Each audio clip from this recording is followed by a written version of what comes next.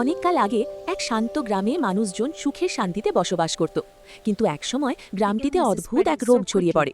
শিশু থেকে বৃদ্ধ অনেকেই অসুস্থ হয়ে পড়ে। ভয়ে ও দুঃখে গ্রামের মানুষ দিশেহারা হয়ে যায়। তখন গ্রামের এক বৃদ্ধ পুরোহিত সবাইকে বলেন, এই বিপদ থেকে মুক্তি পাওয়ার জন্য রক্ষাকর্তা দেবতা ঘণ্টাকর্ণের আশ্রয় নিতে হবে। পুরোহিত গ্রামের সবাইকে নিয়ে ভোরবেলা নদীর তীরে একটি ছোট বেদি তৈরি করলেন। সেখানে মাটি দিয়ে ঘণ্টাকর্ণের একটি প্রতীক স্থাপন করা হলো। চারদিকে ধূপ, প্রদীপ ও ফুল দিয়ে পূজার আয়োজন করা হলো। সবাই একসাথে ভক্তি ভরে দেবতার নাম জপ করতে লাগলো। কথিত আছে, ঘণ্টাকর্ণ ছিলেন ভগবান শিবের এক মহান ভক্ত। তার কানে সবসময় বড় বড় ঘণ্টার মতো অলংকার ঝুলত, তাই তার নাম হয় ঘণ্টাকর্ণ। বিশ্বাস করা হয় তিনি অশুভ শক্তি ও রোগ ব্যাধি দূর করে ভক্তদের রক্ষা করেন।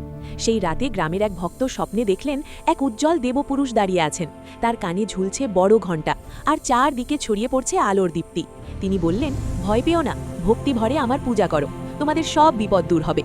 পরদিন থেকে গ্রামের মানুষ আরও ভক্তি ও বিশ্বাস নিয়ে ঘণ্টাকর্ণের পূজা করতে লাগলো। ধীরে ধীরে সেই ভয়ঙ্কর রোগ কমতে শুরু করলো, মানুষ সুস্থ হয়ে উঠল, আর গ্রামে ফিরে এলো শান্তি ও আনন্দ। সেই অলৌকিক ঘটনার স্মৃতিতেই আজও বাংলার বহু স্থানে মানুষ ভক্তি ভরে ঘণ্টাকর্ণ পূজা পালন করে। তারা বিশ্বাস করে, এই পূজা করলে দেবতা ঘণ্টাকর্ণ তাদের পরিবারকে অশুভ শক্তি, রোগ ব্যাধি ও বিপদ থেকে রক্ষা করেন। ফুল। এই কাহিনীর শিক্ষা, সত্যিকারের ভক্তি ও বিশ্বাস থাকলে দেবতার আশীর্বাদে জীবনের অনেক বিপদ দূর হয়ে যায়। ভিডিওটি ভালো লাগলে একটি লাইক করো, আর এক্ষুনি চ্যানেলটি সাবস্ক্রাইব করো এরকম ভিডিও প্রত্যেক দিন দেখার জন্য। ধন্যবাদ।